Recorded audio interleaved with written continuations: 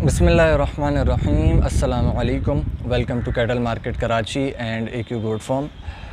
Friends, आज की video एक मेरे सब्सक्राइबर हैं, दोस्त हैं, उन्होंने रिक्वेस्ट की है। दो चार सवालात उन्होंने पूछे थे और उन्होंने बोला था कि आप डिटेल में इसका जवाब मुझे वीडियो बना के दे दें तो अच्छा है, तो उनके लिए बना रहा हूँ। जो मुझे याद हैं सवालात मैं आपको शेयर कर देता हूँ पहले, कि कितने बड़े रकबे के ऊपर जो है वो गोट फार्म बनाना चाहिए, ठीक है, कितना लैंड कितना होना चाहिए, उसके ऊपर इन्वेस्टमेंट कितनी दरकार है। तीसरा सवाल ये था कि प्रॉफिट कब तक आ सकता है जो जितनी भी इन्वेस्टमेंट लगेगी। और चौथा सवाल ये था कि जो शेड बनाना है, शेड कैसे बनाना है, उसको कैटेगराइज़ कैसे करना है। तो ये चार सवालात थे उनके। उन्होंने बोला इस हवाले से उन्होंने रिसर्च करने की कोशिश करी यूट्यूब या दीगर प्लेटफॉर्म्स पर, लेकिन उनको कोई खातिर ख्वाह डिटेल्स नहीं मिली।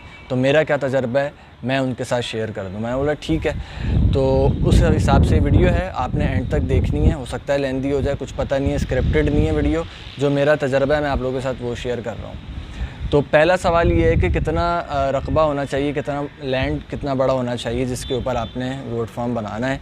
तो देखें, ये डिपेंड करता है कि आपने कितनी बकरियों की फार्मिंग करनी है।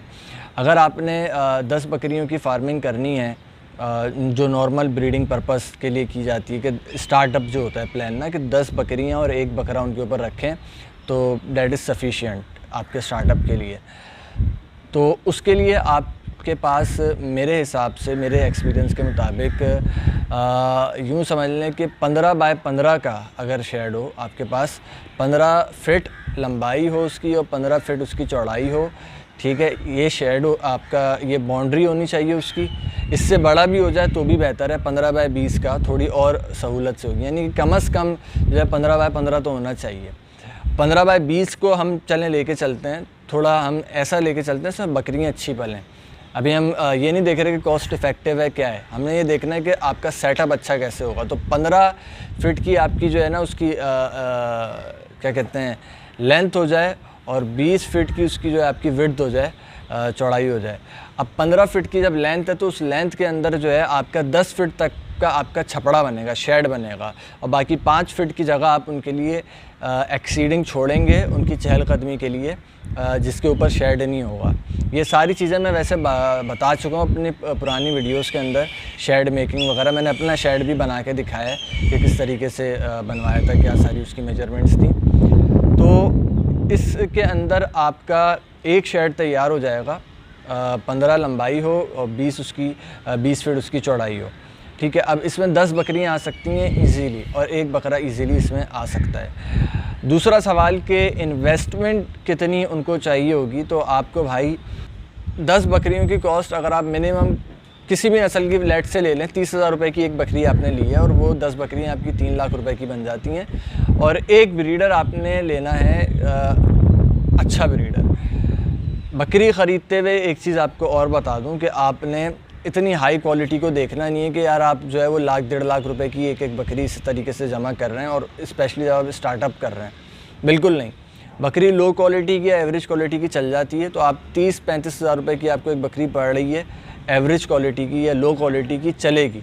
ब्रीडर पे आपने पैसा खर्च करना है। आपको 1 लाख रुपए का अच्छा ब्रीडर मिल रहा हो आप वो लें, 80,000 का, 50,000 का, जिस रेंज में भी आपको मिल रहा है, लेकिन क्वालिटी में अच्छा है। अच्छी चीज़ ना छोड़ें, पैसे को ना देखें, क्योंकि आपने ब्रीड बनानी है आगे। ब्रीडर आपका अच्छा होगा, बकरी आपकी लो क्वालिटी में होगी, आपके बच्चे फिर भी अच्छे आ जाएंगे, और जब आपका एक साइकिल चलेगा तो इंशाल्लाह आगे जाके और अच्छे ब्रीडर्स आपको अपनी प्रोडक्शन में से ही मिलेंगे। इन्वेस्टमेंट आपकी हो गई कि तकरीबन 3 से 4 लाख रुपए में आपकी 10 बकरियाँ और एक बकरा आ जाएगा, सही है। अब आपका शेड मेकिंग के ऊपर जो ख़र्चा आएगा वो, जैसे 15 बाय 20 का अगर शेड आपका बन रहा है, अगर आप लकड़ी का बनवाते हैं, बांस वगैरह का, जैसे मैं पहले दिखा चुका हूँ, तो उसके अंदर आपका कमोबेश 30 से 40 हज़ार रुपये के दरमियान कुछ ख़र्चा आएगा, और आपका कंप्लीट काम हो जाएगा। उसमें मज़दूरी भी हो जाएगी, उसमें बांस को लाने का किराया भी हो जाएगा, ईच एंड एवरीथिंग आपकी 30 से 40 हज़ार में हो जाएगी। ये मैं इसलिए बता रहा हूँ कि मैंने बनवाया था 14 बाय 8 का शेड, आज से कोई 1 से 1.5 साल पहले सुपर हाईवे पे। तो उस वक्त वो बना था 25,000 का तकरीबन, लगभग ईच एंड एवरीथिंग मिला के। तो अभी 1.5 साल हो चुका है इस बात को, और मैंने आपको 15 बाय 20 का शेड बोला, तो मैं एक अंदाज़न बता रहा हूँ आपको कि 30 से 40 हज़ार के दरमियान आपका बन जाना चाहिए। तो आपके उसके पैसे लग गए शेड मेकिंग के 30 से 40 हज़ार। लकड़ी वाले के लोहे का बनवाते हैं तो वो महंगा बनेगा, लेकिन अब सवाल उठता है कि आपने लोहे का बनवाना है या लकड़ी वाला बांस वाला बनवाना है। तो भाई अगर आपने सिर्फ तजर्बा करना है, स्टार्टअप करना है, तो उसमें आप बनाइए लकड़ी का, कम खर्चा करिए। लेकिन अगर आपने फुल प्रूफ और लॉन्ग टर्म में काम करना है तो फिर आप लोहे का बनवाइए, लोहे से बाउंड्रीज़ बनवाइए और शेड वगैरह बनवाइए, सारा सब कुछ प्रॉपर तरीके से।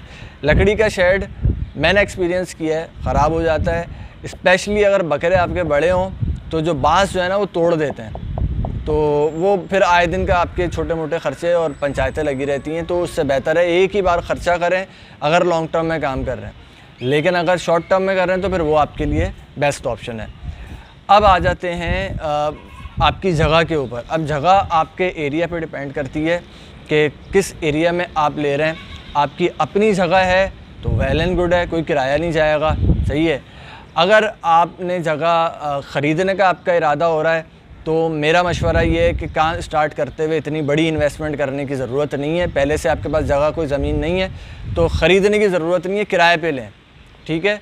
या कुछ फार्म्स ऐसे भी होते हैं, गोट फार्म हो गए या कैटल फार्म हो गए, जिन्होंने 1 एकड़ 2 एकड़ पे फार्म बनाया हुआ होता है और उनके पास काफ़ी सारी स्पेस खाली होती है, कुछ कर नहीं रहे होते, तो वो कम किराए पर भी आपको जगह दे देते हैं। लेट से 10 से 15 हज़ार रुपये किराए में वो आपको एक अच्छी खासी जगह दे देते हैं। उसमें आप अपना शेड वेड बनवाइए और इजीली काम स्टार्ट करें। जॉइंट वेंचर में काम करने से इजी आपको ये होता है कि आपको मज़दूर वगैरह भी जो काम करवाने वाले हैं वो भी आसानी से मिल जाते हैं। तो इन्वेस्टमेंट में तीसरा खर्चा आता है आपका जगह बनाने का। जगह बनाने का वो आपके इलाके के हिसाब से डिफरेंट हो सकता है, इसलिए वो नहीं बता सकता मैं। 10 से 15 हज़ार आपका किराया माहाना किराए पे आपको एक नॉर्मल जगह मिल सकती है, ये मैंने आपको एक आइडिया दे दिया है। नेक्स्ट चीज़ आपकी आएगी बंदे का ख़र्चा, कि आपने काम जिससे करवाना है उसकी सैलरी। नॉर्मली जो रेट है 15 से 20 हज़ार के दरमियान में एक अच्छा बंदा आपको काम करने वाला मिल जाता है, जिसमें उसकी सैलरी भी होती है माहाना और खाने पीने का ख़र्चा भी उसके ऊपर ही होता है, कपड़े वगैरह का हर चीज़ का ख़र्चा उस पर होता है। और अगर कपड़े वगैरह का या खाने पीने का ख़र्चा आप करते हैं तो फिर उसकी सैलरी ज़रा 15 हज़ार से नीचे होती है, 12 से 15 के दरमियान में किसी जगह होती है। नॉर्मल सैलरी के रेट्स आपको बता रहा हूँ। बाकी उसकी रिहाइश का इंतज़ाम आपको करना होता है, तो आपने जब जगह लेनी है तो ऐसी लेनी है जैसे मैंने आपको जॉइंट वेंचर का बताया। उसमें ईजी रहता है कि पहले से उस फार्मर के पास सेटअप बना हुआ है मज़दूरों के सोने के लिए, तो वो आप उसको दे सकते हो। एक आध चारपाई लेके दे दोगे आप और वो इजीली वहाँ पे गुज़र बसर कर लेगा, आपके जानवरों का ख्याल कर लेगा। लेकिन मेरा मशवरा आप लेते हैं तो पहले भी अपनी वीडियोस में बता चुका हूँ मैं कि ख़ुद काम करें, अपनी जगह पर काम करें, अपने घर से करीब काम करें। घर की छत पे कर सकते हैं वो कर लें, घर में कोई ग्राउंड है, गार्डन है, बैकयार्ड में या कोई कमरा वगैरह खाली है तो वहाँ पे काम करें, वो बेहतर है। ख़ुद टेक केयर करेंगे, जानवर भी आपके बीमारी में नहीं आएंगे, मरेंगे नहीं, और कुछ मसला होगा तो आपको सीखने को मिलेगा। किसी और से आप 10 साल काम करवाते रहें, आपको कुछ भी सीखने को नहीं मिलेगा। सिर्फ आप जो है वो एज आ बिजनेसमैन रहेंगे, मैनेजर होके रह जाएंगे, आपको काम करना नहीं आएगा। ख़ुद काम करें तो ये ज़्यादा बेहतर है, भले से छोटे स्केल पे करें, लेकिन ख़ुद सीखें। उसके बाद आप काम को किसी और के हैंड ओवर कर सकते हैं, ताकि वो अगर आपको कोई उल्टी सीधी बातें बता रहा है, टोपियाँ दे रहा है आपका बंदा, तो आपको पता हो कि ये गलत बयानी कर रहा है, ऐसे नहीं ऐसे भी हो सकता और ये इस मसले का हल है। अच्छा, आखिरी चीज़ जो उन्होंने सवाल किया था कि प्रॉफिट आना हमें कब स्टार्ट होगा, तो भाई ब्रीडिंग पर्पस के अंदर पेशेंस वाला काम होता है, सब्र वाला काम होता है। आपको 1.5 से 2 साल सब्र करना पड़ता है। आपकी जब 2 से 3 लैक्टेशंस हो जाती हैं तो तब जाके आपको पहली लैक्टेशन के जो बच्चे हैं, अगर आपने वो बेचे नहीं हैं तो वो बड़े हो चुके होते हैं और उनकी दोबारा लैक्टेशन शुरू होना होती हैं, तो उनके बच्चे आप बेच सकते हो। या अगर आपने बच्चे बेचना शुरू कर दिए हैं स्टार्ट से ही, तब भी आपके जो अखराजात हैं, जो इन्वेस्टमेंट है सारी, वो दूसरी से तीसरी लैक्टेशन में जाके 1.5 से 2 साल के अरसे में जाके निकलती है, इक्वल होती है। उसके बाद जो आगे आपकी प्रोडक्शन स्टार्ट होती है वो आपका प्रॉफिट ही प्रॉफिट होता है। तो ये आपको मैंने एक समराइज़ करके सारी चीज़ों का जवाब दे दिया है जितना मेरी मालूमात में थी, तजर्बे में थी। अगर स्टिल कोई क्वेश्चन है या कोई और टॉपिक आप लोग सजेस्ट करना चाहते हैं तो मुझे कमेंट करके बताइए। ये वीडियो आपने लाइक ज़रूर करनी है।